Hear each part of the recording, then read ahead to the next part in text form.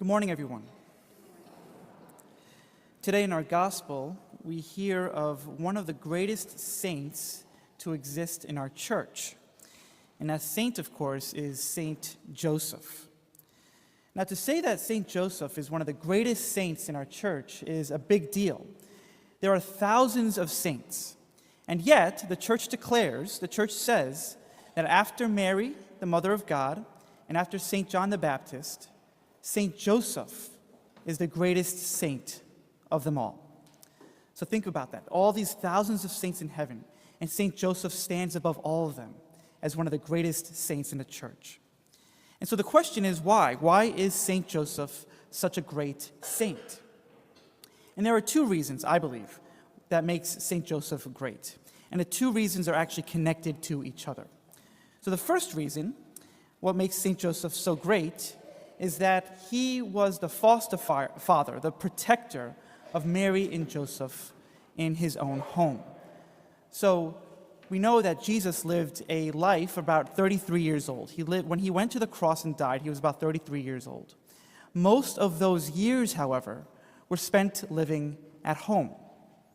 We hear that it was only around when Jesus was 30 years old that he went out into the public and began his ministry. He began teaching and performing his miracles to the people. But most of his life was spent at home. That means that most of God's life on earth was spent with Saint Joseph. Now that's really special for Saint Joseph to be able to live all those years with Jesus. He was, just like any good father, a provider for his child Jesus.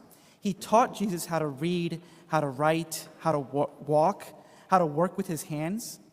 It was all because of St. Joseph that Jesus learned how to grow up and become a man. And the same thing is true with our Mother Mary. Our Mother Mary lived with St. Joseph as well for most of her life. And so we see that special closeness with God, with Jesus, that St. Joseph experienced.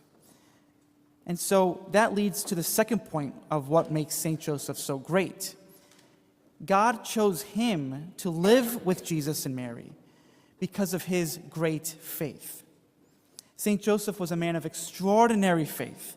His heart was set so perfectly in the will of God that God chose him among everyone else to live and to grow with the child Jesus. And we get a sense of St. Joseph's faith in our gospel today. You see, before the Gospels took place, St. Joseph was very content to live a simple life.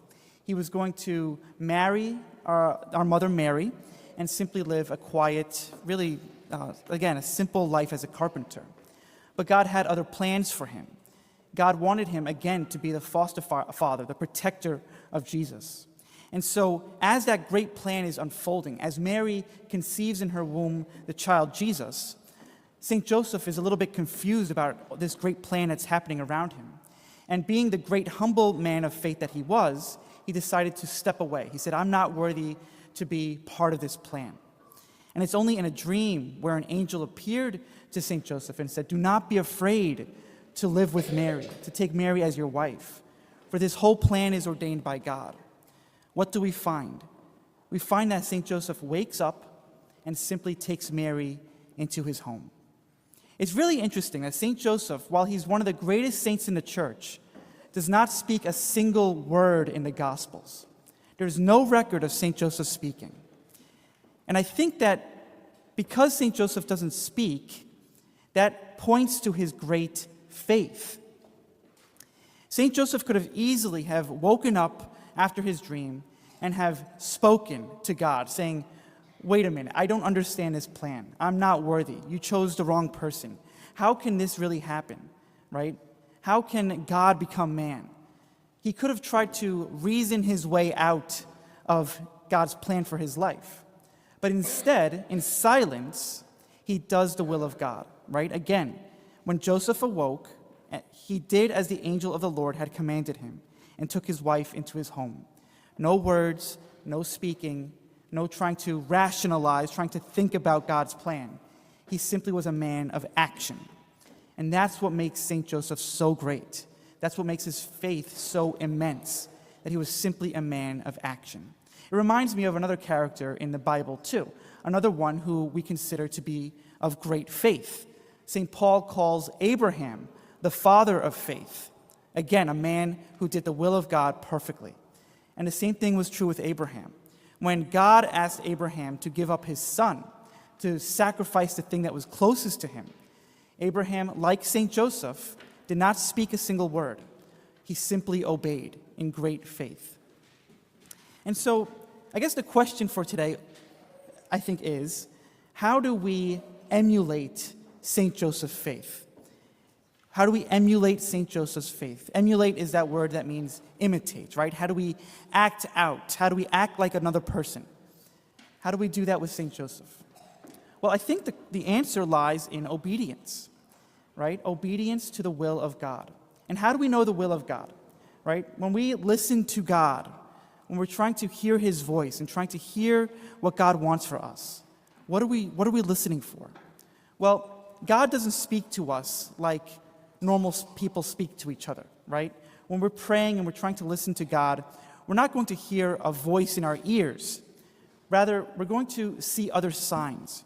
And God speaks to us through other people. Notice that when God spoke to St. Joseph in the gospel, it wasn't God talking directly to St. Joseph. He sent a messenger. He sent an angel. It was an angel who appeared to St. Joseph and told him what the will of God was, right? And again, because St. Joseph had that great faith, he didn't say, well, let me speak to God. I know you're just an angel, but let me talk to God instead. He recognized that the angel was sent from God. And so too, for all of us, we have messengers as well. When our parents, for example, tell us to do something, you can understand that as God telling you to do something, right? If your teachers tell you to do something, that's what God wants for you to do in your life. That's the will of God for you, is to obey, right? It's not always the best choice to ask why we have to do something. And maybe we don't perfectly understand what our parents or our teachers are asking us to do. However, in faith, we obey because we believe that that's what God wants for our lives, right? So like St. Joseph, let us have that great faith to do the will of God perfectly. Ask him to pray for you. Again, St. Joseph is one of the greatest saints in the church, and he wants to help you do the will of God in your lives. So pray to him. When you pray, ask, St. Joseph, please help me do the will of God perfectly as you did.